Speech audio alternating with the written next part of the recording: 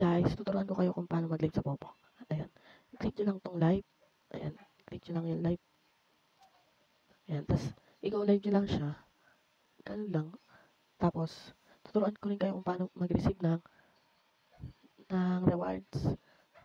Punta ka lang kayo sa profile and punta kayo sa rewards. Ayan. Hintayin nyo lang. Tapos, kada live nyo, 90 minutes. Ang makuha nyo dun sa live is 1K plus 500 equals to 1.5. Tapos, pwede rin kayo mag-PK. Bawat 3 random PK activity wins, may makuha yung 2K points. Tapos, may, may mga pa-activity rin, may makuha yung coins, pag may nag-vote sa inyo. Tapos, join the party for 1 hour lang, may makuha yung 800. Pero pag sa mga new user, ang makuha nyo, bale, 2 hours, 20K. Tapos, pag upo nyo sa gold crown seat, ang makuha nyo doon, 1.6. Tapos, pwede rin kayo mag-invite dito, may makuha yung points pag nag-live sila. Tapos pwede rin kayo bumili ng VIP.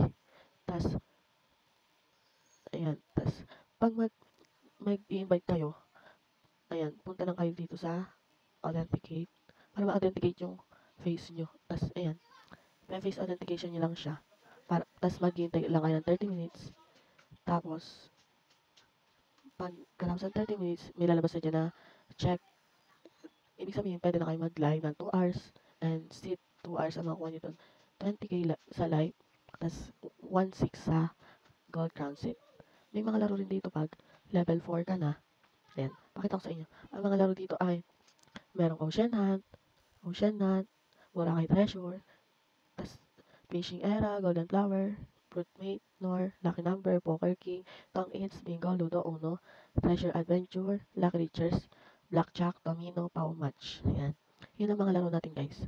Tas, pag, ano, may store din dito, pwede kayong bumili ng avatar frame, then, avatar frame, ito yung avatar frame. Ayan. Ayan, avatar frame. Ayan, ayun na yun.